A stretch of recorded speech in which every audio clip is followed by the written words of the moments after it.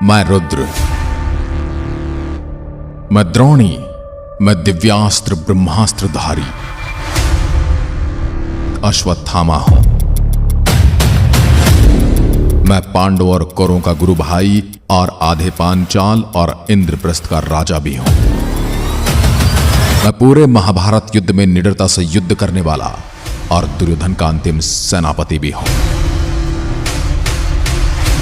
मुझ में देवताओं तक से युद्ध करने की शक्ति भी है और ब्राह्मण सा सहनशील भी हूं। मुझ में क्रोध का अवगुण है और अधर्म का साथ देने को विवश भी हूं। परंतु अब मेरा अंतिम युद्ध धर्म की स्थापना के लिए होगा और स्वयं कल के अवतार मेरे साथ इस युद्ध में भाग लेंगे। यही मेरी मुक्ति का मार्ग होगा, यहीं से मुझे मोक्ष मिलेगी। मैं रुद्र हूं, परम शक्तिशाली, फिर भी वन में भटक रहा हूं। मैं वही हूं जिसे भय, रोग, पीड़ा कभी स्पर्श नहीं कर सकते थे, परंतु आज मैं इन्हीं के साथ अपना जीवन व्यतीत कर रहा हूं। मैं गुरु द्रोण और माता कृपि का पुत्र अश्वत्थामा हूं, जो अपनी मोक्ष के लिए न जाने कितने वर्षों से भटक रहा हूं। आज मैं अश्वत्थामा, जिसे द्रोणी कहा जाता है, शब्द बाण पर अपनी कहानी स्वयं आपको सुनाने आया हूं। आप मुझे मिले उस श्राप के कारण ही मुझे जानते हैं, परंतु मेरी पहचान उससे कहीं ज्यादा बढ़कर है। मुझे मेरे ही मित्र दुर्योधन ने मुझे उसका हत्यारा क्यों कहा? कैसे मैंने अपने जीवन में 3 पाप किए और अब उनका पश्चाताप कब और कैसे संभव होगा?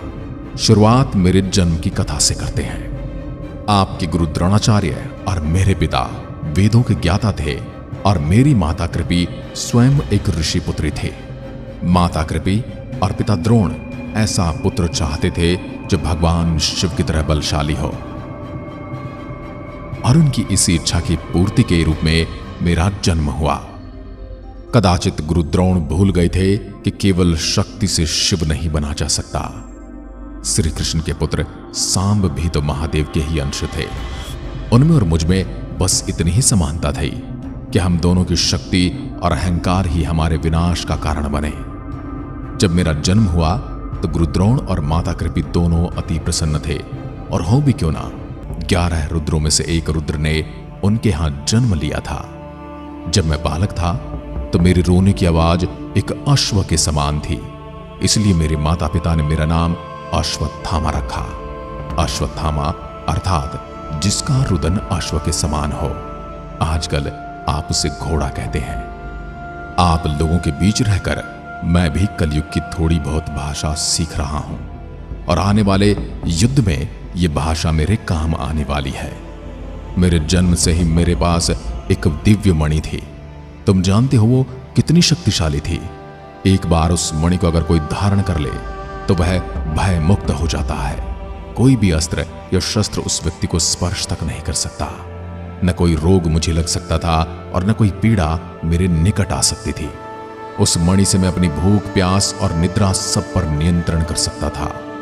इतना सब होने के बाद भी जब अपने माता पिता को धन की समस्या से जूझता देखता तो ऐसा लगता मानो सब व्यर्थ है। जब मेरी आयु के बच्चे दूध पिया करते थे, उस समय मेरी माता मुझे चावल के माण में पानी मिला कर देती थी, क्योंकि हमारे पास दूध खरीदने जितना धन नहीं था और गाय हमारे पास थी नहीं, और मैं उसे दूध समझकर पीता भी रहा। परंतु मेरे पिता द्रोणाचार्य ने जिस दिन इस सत्य को जाना, अति दुखी हो गए, और उस दुख में वो अपने मित्र द्रुपद के यहां जाने की सोचने लगे, और यही क्षण हमारे जीवन को एक नया और विशेष मोड़ देने वाला था। मुझ में असीम शक्तियां थी, पर मैं था तो मनुष्य ही, इसलिए अपने इंद्रियों पर नियंत्रण कभी कभी खो देता था। मेरे पालन पोषण के लिए सहायता मांगने मेरे पिता अपने मित्र द्रुपद के पास गए, परंतु द्रुपद ने, क्षमा कीजिएगा, परंतु राजा द्रुपद ने उनका अपमान ये कहकर कर दिया, यदि तुम्हें गाय या धन चाहिए तो भिक्षुक ब्राह्मण बनकर मांग लो। मित्रता के नाते कुछ मांग कर तुम एक राजा का अपमान कर रहे हो, क्योंकि मित्रता तो बराबर वालों में होती है। पिताश्री इस अपमान की हाला को पी गए और दिन रात उसी क्षण को याद करके दुखी रहते गए। उसी पल से मेरे पिता ने प्रतिशोध का मन बना लिया और मैंने उस प्रतिशोध को अपना जीवन। इसी दौरान पितामह भीष्म ने मेरे पिता को कौरवों और पांडवों का गुरु बना दिया और हमारे जीवन में धन का अकाल समाप्त हो गया। परंतु यह धन इसके बदले में हमसे क्या चाहता था, यह आने वाला समय तय करने वाला था, क्योंकि संसार में कुछ भी मुफ्त नहीं मिलता। वहीं मुझे मेरा मित्र दुर्योधन मिला। वो कौरव कुमारों में सबसे बड़ा था, बहुत बलिष्ठ भी था और मित्रों के साथ उसका व्यवहार बड़ा ही अच्छा था। वह वीर पुरुषों का सम्मान करता था, परंतु पांडवों से उसे बहुत ज्यादा ईर्ष्या और घृणा थी। संभवतः वो इसलिए बलवान योद्धाओं को अपना मित्र बनाना चाहता था। भीम के साथ तो वह स्वयं भी युद्ध जीत सकता था, परंतु अर्जुन के लिए उसे किसी न किसी की खोज सदैव रहती थी, जिसमें मेरा और कर्ण का साथ उसे अर्जुन के लिए पर्याप्त दिखाई दिया। पर मैं उस समय तक राजनीति के भेदभाव और उनकी ईर्ष्या के कारण को नहीं जानता था और सभी से मित्रतापूर्वक रहता था। मैं उस ईर्ष्या को दुर्योधन का बालपन समझता था, परंतु ईर्ष्या बालपन से कहीं ज्यादा थी। मैं अर्जुन से थोड़ा बहुत प्रतिस्पर्धात्मक व्यवहार रखता था, यानी कि हम दोनों के बीच कंपटीशन था, क्योंकि वो मेरे पिता को मुझसे अधिक प्रिय था, क्योंकि वह सीखने के लिए मुझसे ज्यादा आतुर रहता था। दुर्योधन पांडवों से सदैव ईर्ष्या करता रहा। उसे लगता था कि उनके पिता ने कई वर्षों पहले उसके पिता धृतराष्ट्र का सिंहासन छीना था और अब पांडव उसका सिंहासन छीनना चाहते हैं।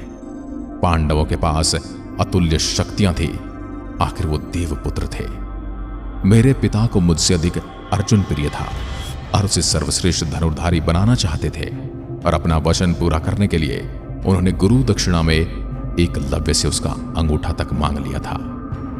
अर्जुन को सदा ही सानिध्य प्राप्त हुआ, चाहे फिर वो गुरु द्रोण का हो या फिर श्री कृष्ण का, जिनके सानिध्य से जीवन पार हो जाता है, और हमें सानिध्य मिला दुर्योधन का। मेरे पिता का अर्जुन के प्रति व्यवहार देखकर मेरी ईर्ष्या बढ़ती चली गई, परंतु मैंने कभी अर्जुन से घृणा नहीं की, क्योंकि मुझे एक अच्छा शिक्षक बनना था, अपने पिता की ही भांति, और उसे एक अच्छा योद्धा।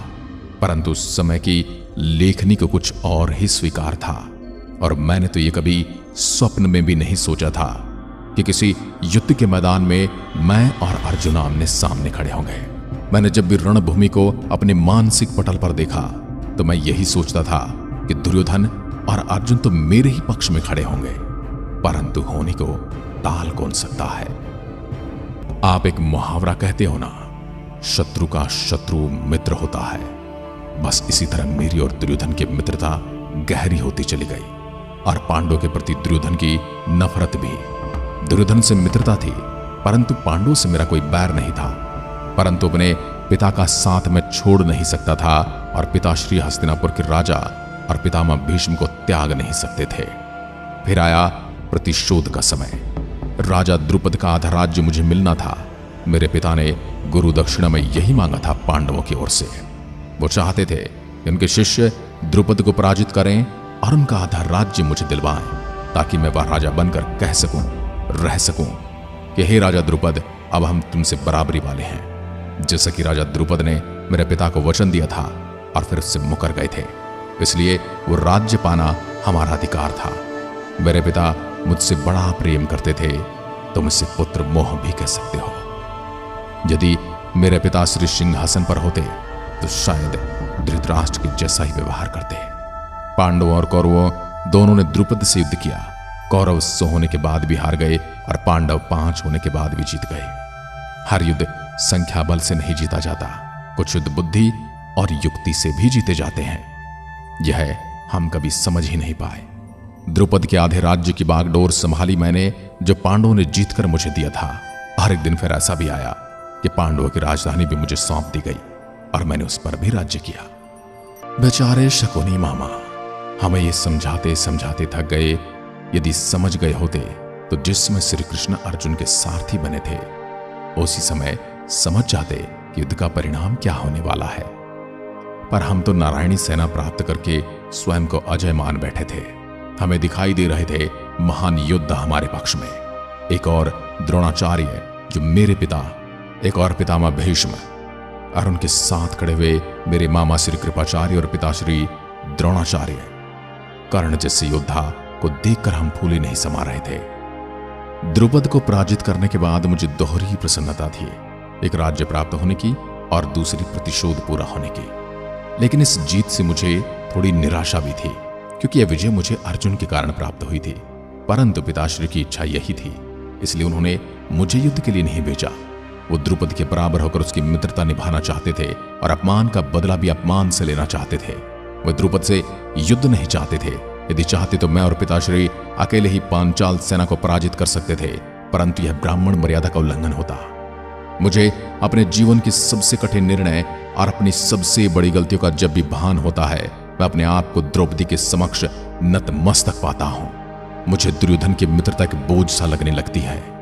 जब लाक्षागृह में उन्हें जलाकर मारने का दुर्योधन ने प्रयास किया, मैं एक राजा भी था और एक योद्धा भी। दोनों ही भूमिकाओं में मैं ऐसा करने का सोच भी नहीं सकता था। हमने तो राजा द्रुपद को भी मारने की नहीं सोची। उसका पूरा राज्य हमारा हो सकता था। हमने नैतिक मूल्य को कभी राज्य की लालसा की भेंट चढ़ने नहीं देखा और न चढ़ने दिया, पर मेरा मित्र ऐसा कर रहा था। मान अपमान, आरोप प्रत्यारोप चलते रहे। लाक्षागृह की घटना घटित हुई। हमें लगा पांडव साग में जलकर मारे गए, परंतु यह केवल हमारा भ्रम था। पांडव अब भी जीवित थे और अपने राज्य को लेने को और द्रौपदी को साथ लेकर लौटे थे।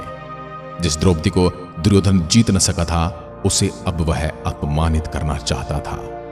पांडव अपना राज्य लेने लौटे और एक अलग राज्य का निर्माण किया। उन्होंने इंद्रप्रस्थ नाम की एक नगरी को बसाया और वहां से अपने राज्य का शासन आरंभ किया। परंतु दुर्योधन से यह भी न सहा गया और उसने एक ऐसा षड्यंत्र रचा, द्यूत क्रीड़ा में पांडव अपना सब कुछ हार गए। उसके बाद राज्यसभा में जो हुआ, महाराज धृतराष्ट्र, भीष्म, पिताश्री द्रोणाचार्य, मामा श्री कृपाचार्य, अंगराज, कर्ण, पांचों पांडवों और मेरे रहते कुछ ऐसा हुआ जिस पर मौन रहकर अपने जीवन का मैंने सबसे बड़ा पाप किया। पिताश्री और भीष्म तो हस्तिनापुर सिंहासन के ऋणी थे, परंतु मैं क्यों मौन रहा? ये मैं आज भी सोचता हूं तो मेरा सर शर्म से झुक जाता है। मैं मित्र के नाते दुर्योधन को रोक सकता था। मैं एक राजा के नाते उनको रोक सकता था, उनकी सभा का त्याग कर सकता था। मैं एक योद्धा, एक ब्राह्मण के नाते भी उस दृश्य को, उस घटना को होने से रोक सकता था। मुझ में सामर्थ्य भी था, परंतु मैं फिर भी मौन रहा। ऐसी धनुर्विद्या, ऐसा ब्रह्मास्त्र किस काम का जो एक नारी के सम्मान की रक्षा न कर सके? गांधारी के कहने पर द्रौपदी ने तो सबको क्षमा कर दिया, परंतु मैं अपने आप को कभी क्षमा नहीं कर पाया। कहानी यहां भी समाप्त नहीं हुई। मामा शकुनी ने अपने प्रपंचों से उन्हें 12 साल का वनवास और 1 साल का ज्ञातवास दिलवा दिया। हमें लगा कि पांडव सदा के लिए हमारे जीवन से चले गए, क्योंकि शर्त यह थी, अज्ञातवास के वर्षों में अगर पांडवों को किसी ने ढूंढ लिया तो उन्हें पुनः 12 वर्षों का वनवास और 1 साल का अज्ञातवास भुगतना होगा। हमें लगा हम उन्हें ढूंढ लेंगे, लेकिन ऐसा हुआ नहीं। अर्जुन को मिला श्राप भी उसके लिए वरदान सिद्ध हुआ और 1 वर्ष वो नर्तकी के रूप में रहा और अपनी पहचान गुप्त रखने में कामयाब रहा। पांडव लौटे और युद्ध की घोषणा हुई। इससे पहले श्री कृष्ण संधि का प्रस्ताव लेकर आए। केवल 5 गांव देने से यह भीषण युद्ध टल सकता था, लेकिन दुर्योधन यह नहीं चाहता था। कर्ण और शकुनि जैसे योद्धाओं ने उसे ऐसा करने ही नहीं दिया। और फिर महाभारत के युद्ध की शुरुआत हुई और वासुदेव कृष्ण ने बड़ी चतुराई से बहुत सारे योद्धाओं को युद्ध से अलग कर दिया। लोग कहते हैं वासुदेव ने इस युद्ध में बहुत छल की है, परंतु उससे पहले एक छल तो अभिमन्यु के साथ हो चुका था, जिसमें मैं भी भागीदार था। उन्होंने अर्जुन को बचाने के लिए भीम के बेटे घटोत्कच की हत्या होने दी। उन्होंने कर्ण के नागास्त्र से अर्जुन की रक्षा की। अर्जुन का प्रण पूरा करने के लिए सूर्य को अपने चक्र से ढक दिया और जयद्रथ का वध होने दिया। जिसके बाद छल से मेरी मृत्यु की झूठी घोषणा करवाई, जिसे सुनते ही मेरे पिता ने शस्त्र त्याग दिए और धृष्टद्युम्न द्रुपद के पुत्र ने मेरे पिता की हत्या कर दी जब वो निहत्थे थे। इस घटना ने मेरे प्रतिशोध की ज्वाला और बढ़ा दी। इसके बाद कर्ण और अर्जुन का युद्ध हुआ। अपने पिता की इस तरह से हत्या होने के बावजूद मैंने दुर्योधन को पांडवों के साथ संधि करने के लिए कहा, उनके साथ मिलकर अपना राज्य चलाने के लिए कहा और कहा कि विनाश अभी भी रोका जा सकता है। एक एक करके अनेक योद्धा इस युद्ध में खत्म होते गए, वीर गति को प्राप्त होते गए और मैं सब देखता रहा। आखिर वो दिन आया जब दुर्योधन अकेला इस युद्ध भूमि में खड़ा था और साथ खड़े थे हम 3 लोग, मामा श्री कृपाचार्य, कृतवर्मा और मैं स्वयं अश्वत्थामा। एक बार फिर से श्री कृष्ण पर छल का आरोप लगा। उन्होंने नियम विरुद्ध भीम से दुर्योधन की जंघा पर वार करने के लिए कहा, लेकिन यदि नियमों की ही बात की जाए तो कोई वज्र का शरीर लेकर किसी युद्ध में कैसे जा सकता है? जिसने अपने शरीर के हर हिस्से को ढाल से ढक लिया हो, उस व्यक्ति को उसी जगह पर दर्द देकर मारा जा सकता है जहां पर उसको चोट लगती हो। दुर्योधन की जंघा तोड़ दी गई। मेरा मित्र दर्द से तड़पने लगा। यह तड़प अब मुझे भीम की वो प्रतिज्ञा याद दिला रही थी जो उसने द्रौपदी के वस्त्र हरण के उपरांत ली थी। वो अपमान और वो जंघा मुझे स्पष्ट दिखाई दे रहे थे। मेरे मित्र की पीड़ा मेरे लिए असहनीय थी, क्योंकि अब वही केवल शेष रहा था और अपने राजा को इस हालत में देखकर मैं दुखी था। दुर्योधन अंतिम सांसें ले रहा था और उसने मुझे अपनी सेना का सेनापति बनाया और आदेश दिया कि 5 पांडवों का वध कर दूं। उसकी अंतिम इच्छा थी मैं पांडवों की हत्या करूं। युद्ध समाप्त हो चुका था क्योंकि राजा युद्ध में घायल हो चुका था। फिर भी अपने मरते हुए मित्र की अंतिम इच्छा को पूरा करने के लिए मैं पांडवों के शिविर में गया और मैंने उनकी हत्या कर दी। और उस समय मेरे मार्ग में जो भी आया मैंने उन सब की हत्या कर दी। और मैंने हत्या कर दी धृष्टद्युम्न की, शिखंडी की, जिन्होंने मेरे पिता को छल से मारा था। भयावह नरसंहार हुआ। मैंने युद्ध में भी बहुत नरसंहार किया, पर जो संतोष मुझे उस हत्याओं के बाद मिला वो पहले कभी प्राप्त नहीं हुआ। किंतु उस शिविर में पांडव नहीं उनके पुत्र सो रहे थे। मैं पांडवों को नहीं बल्कि उनके कुल के विनाश को करके आ रहा था। मैंने उनकी हत्या का समाचार अपने मित्र को दिया ताकि वो चैन से अपनी अंतिम सांस ले सके। परंतु मेरे मित्र ने उस वक्त मुझे कहा कि मैंने पांडवों का वध करने के लिए कहा था तुमसे, उनके बच्चों का नहीं। तुमने उनके बच्चों का वध करके उनको वंश विहीन कर दिया है। इसलिए पूरी दुनिया यह कहेगी कि दुर्योधन का वध भीम ने किया है। परंतु मैं जानता हूं और अश्वत्थामा तुम जानते हो कि मेरा वध तुमने किया है।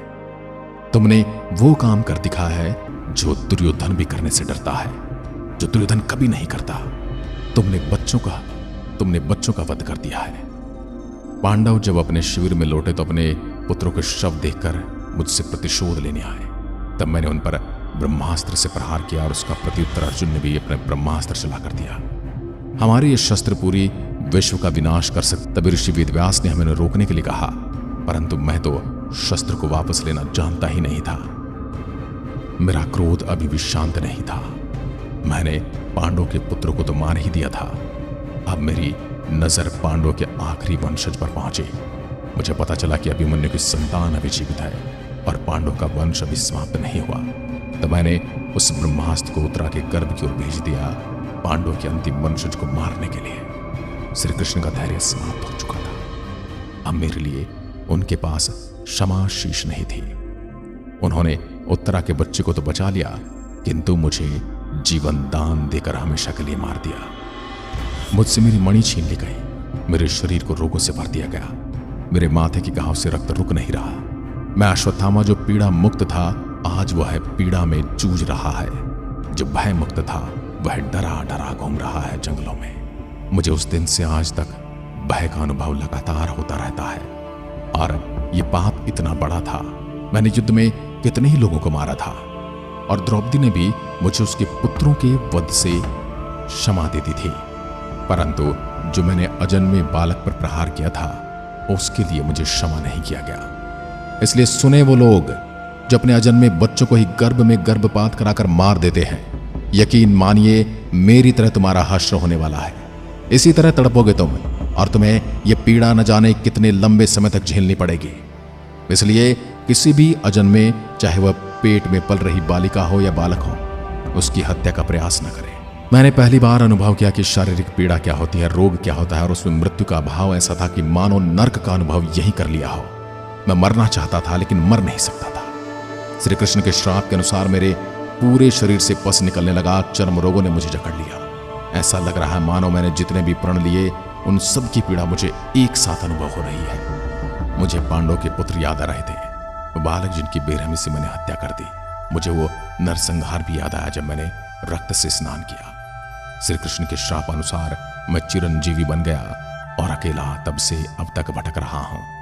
चिरंजीवी होना किसी के लिए वरदान हो सकता है, परंतु मेरे लिए यह श्राप बन गया।